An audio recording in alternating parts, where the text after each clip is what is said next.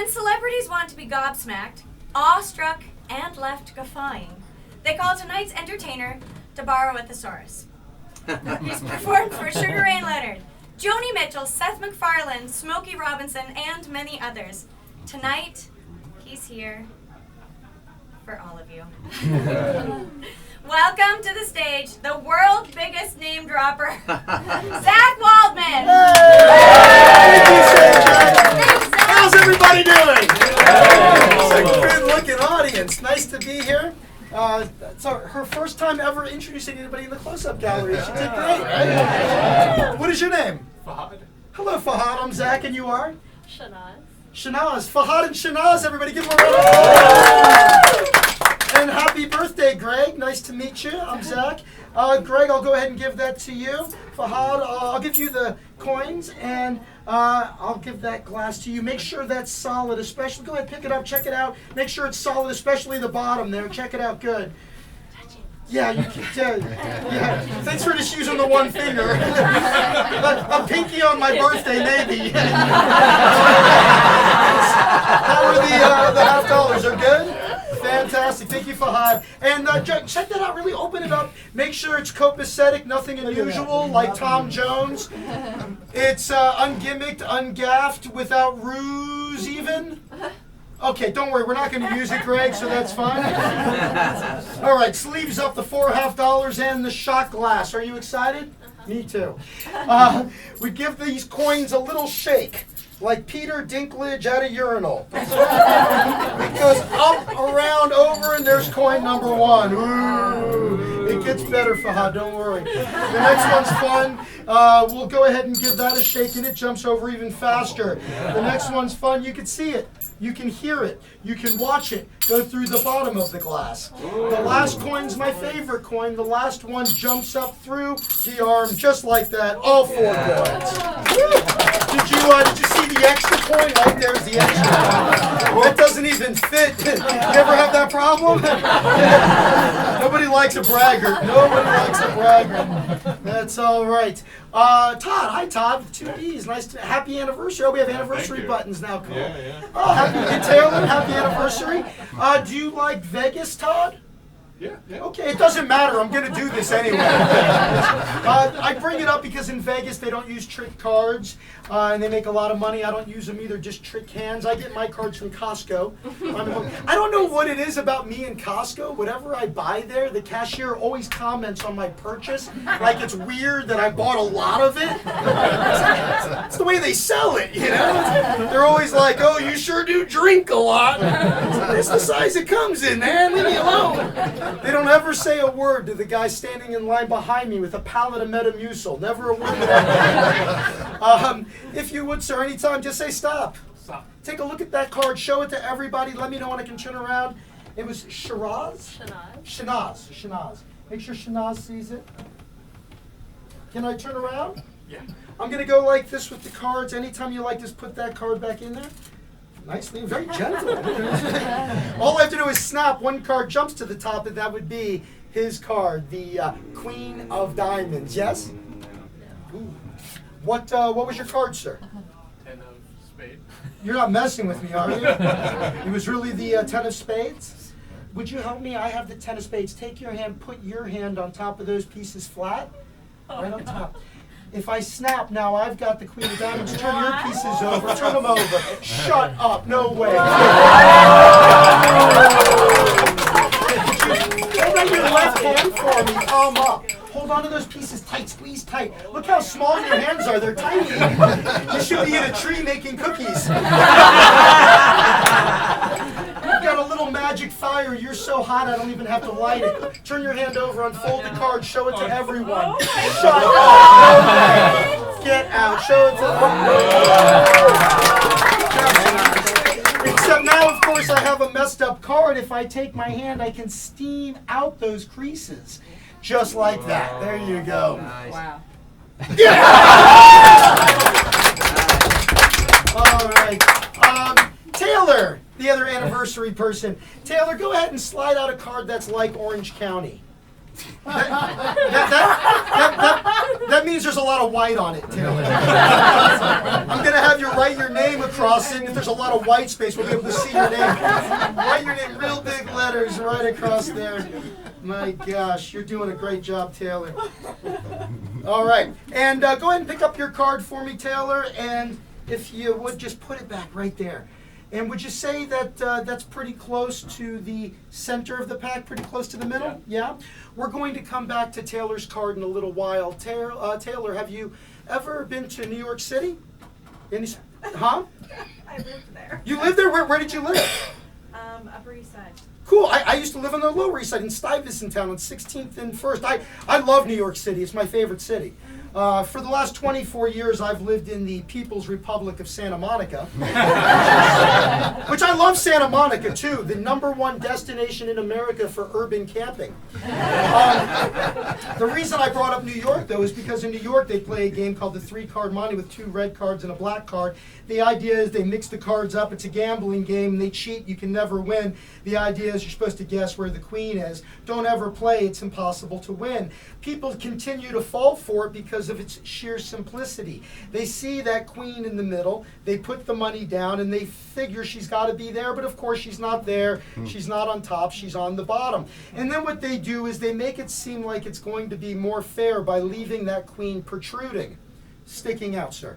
And you put your money down, and then when you choose that card, she's not there, she's not on top, she's on the bottom. Then what they do is they make it as fair as they can possibly make it. They take one of those red 9s and they cover that queen up just like so. So there's no doubt that she is trapped in the middle. But when you bet, she's not in the middle. She's not on the bottom this time. I said I would come back to your card later. I feel like now would be a good time, Taylor. Are we having fun?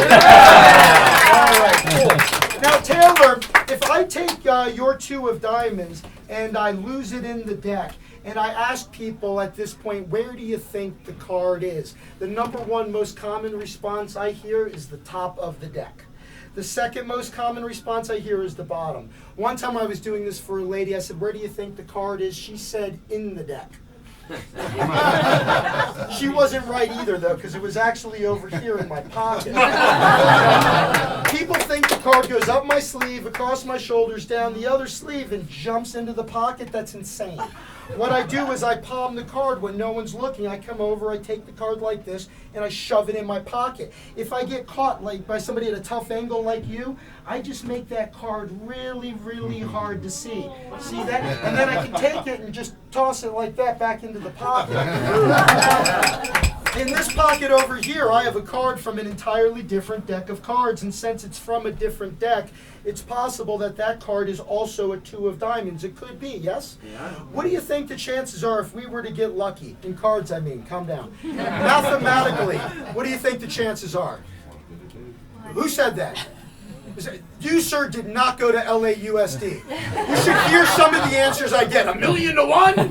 You're exactly right. It's 1 in 52, which makes this highly improbable. But to make it impossible, it actually has to be Taylor's. That's for you. Happy anniversary, Taylor. I hope you got you something better. I'm going to get another deck of cards, because I need a full deck for what I'm about to show you. I tell you this in the interest of transparency. People often say, oh, you magicians, you're a bunch of liars, and that's not true. I never lie, I cheat. In addition to those cards, I have in this wallet some special cards that we're going to keep a secret, and for now I'm just going to put them underneath the card box under your watchful gaze. Does anybody here have kids? Yes. You way in the back. What is your name? Dave. Hey, Dave. Nice to meet you. I'm Zach. How many kids do you have, Dave? Just one. What's his or her name? Owen. Owen. Oh, what a great name. Yeah, you have to see. What was it? Throw Mama from the Train. Owen. That's right. Yeah. How old is Owen? He's 10. He's 10. Very cool. I'm the youngest of 6 kids, and I was in Barnes & Noble, and there was a book on birth order. and it was, what order you were born in and what it says about your personality. And I picked up the book and I flipped to the chapter on baby of the family, and it said, be honest, you're the baby of the family, and you skipped everything in this book to see what we had to say about you. Exactly what I did. You can stay there, but I would like you, if you could, just anytime you say stop. Stop. And would you help him out and just take that card, show it to everybody, and when you're done, you can keep it in front of you. I don't need it back. Can I turn around? Yeah. I'm going to start flipping over cards, and it's going to look like I'm flipping them over at random, but there's a reason for each and every one of these cards, because as I go through the deck, I'm looking at everybody's reactions to the cards. And based on your reactions, I'm pulling cards out, kind of the way a poker player uses tells. And these cards that I pull out, I'm going to use like a psychic detective to figure out which card it was that Dave selected. I'll show you what I mean. It works just like this. This card tells me that Dave's card is a middling card. Obviously smaller than a queen or a king, probably smaller than any 10 valued card. Something between, this is actually pretty easy. It's between a 4 and a 7. So it's probably a 5 of hearts, or, there's one, you have clubs, hearts. There's no spades here. Sometimes what's missing tells me something. So I think maybe it's a 5 of spades. Still could be a heart. There are 2 hearts there. A 6 of hearts, or wasn't a 7 of spades, was it? Or a 6 of spades? Oh, you tried, but you gave it up. I'm going to go with 6 of spades. Was it 6 of spades? How'd I do? Yeah. Oh, good. You guys are making me nervous by your reaction. What is your name? Daniela. Well, the truth is, you didn't really give up any information. I knew the entire time that Dave was going to choose the 6 of spades, and I can prove it. Long before all of this began, I made a prediction, and I put that prediction underneath the cellophane wrapper of my card box. Yeah? Here's the thing, though. In addition to these cards, I also had some cards that were in my wallet under the box this entire time under your watchful gaze. And I told you they were special. If you look closely, you can see why. Because Dave only has one kid, so his one son is the baby of the family. And so I had to go with him. And that would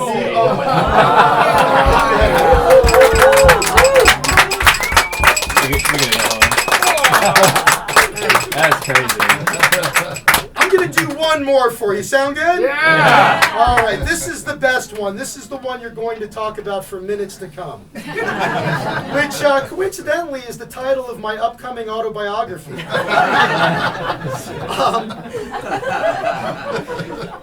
Take this off. And, excuse me. There we go. Thank you so much. This is what we're going to do. Like always, we need a card selected. And I'll just go ahead and have you do it. Just say stop. Stop. Take a look at that card, show it to everyone, and when you're done, you can put it in your pocket, put it somewhere where I can't get to it, and then we'll come back to it later. Can I turn around? Did everybody see? Yeah? Yep. Okay, I'm going to tell you a story, but since I'm a magician, I'm going to tell you the story using a deck of cards. It's a story about a guy named Jack the Hairy Bastard. It's a true story. It goes a little something like this. Jack was a hairy bastard. He was so hairy that when he was naked, he looked like a little Italian girl.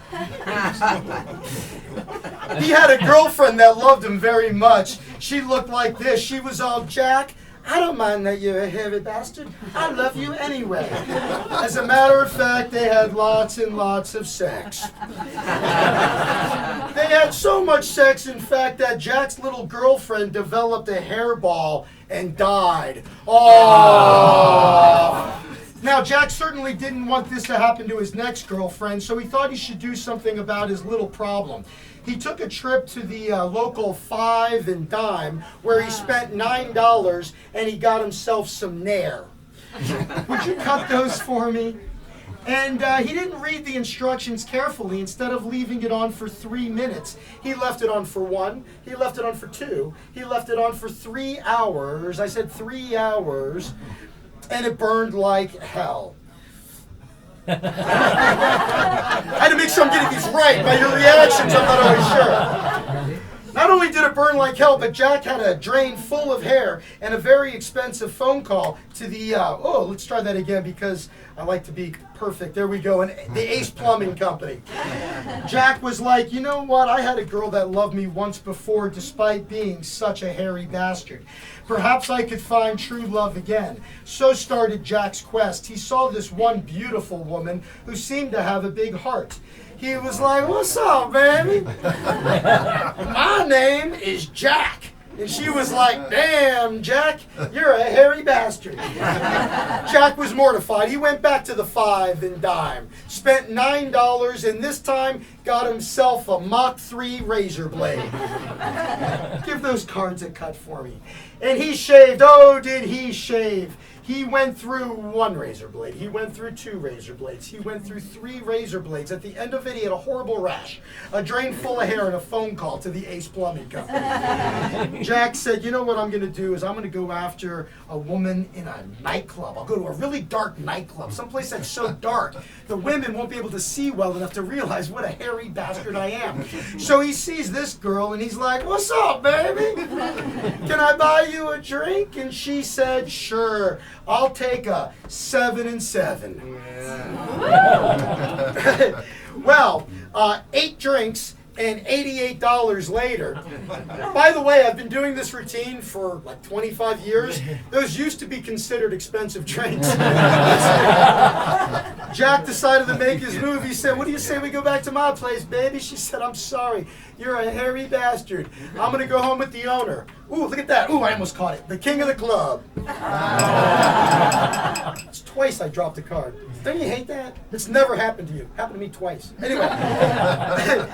Jack said, son of he went back to the 5 and dime, spent $9, and got himself some hair clippers. Give those cards a cut for me, sir. And oh, he shaved. He went through and shaved for 1 hour. He shaved for 2 hours. He shaved for 3 hours. He used all of the attachments. He started with the number 4 blade, but he was still too hairy.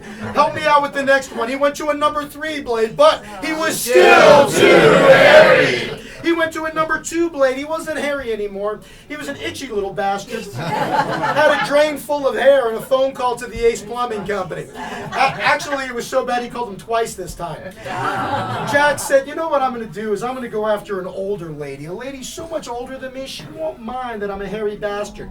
Late at night at the bus stop, he sees this woman. Now, she looked to be, about 87. And since Jack was only 24, he figured, well, she'll treat me like a king. He's like, what's up, baby? Sometimes I think the voice might be Jack's problem. My name's Jack, and I'm 24. Treat me like a king, biatch. Called an old lady a biatch. She said, I will, but first you have to take me to Denny's. It was 3 o'clock in the morning. He got the early bird senior citizen special. The entire date only cost him $4.32. He said, all right, baby, it's time to get lucky. She said, I'm sorry. You're a hairy bastard. Hit the road, Jack. Jack said, you know what, I give up. I'm not going back to the 5 and dime. I'm staying home all alone like the card you selected. I'd like you to take that card out to remind everybody of what it is. When everybody has seen the card and knows what it is, say, Zach, we've seen the card.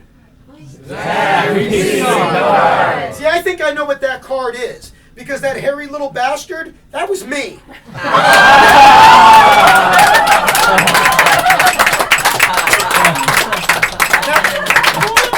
let me say this. This looked a lot better in the mirror. And like I said, I've been doing this routine for like 25 years. This is the first time I had to dye my chest hair so you could still see it. I could do the trick again, but I have to use my back. When I was a little kid, I had a t-shirt with the Tasmanian devil on the front of it, and on the back of it, it said Zach's back. Was it referring to my back, or had I returned? Anyway, I don't want to give away too many any secrets here at the Magic Castle, but I'm going to let you in on one secret. The next show, it's the same card. Don't tell anybody. Did you guys have a good time?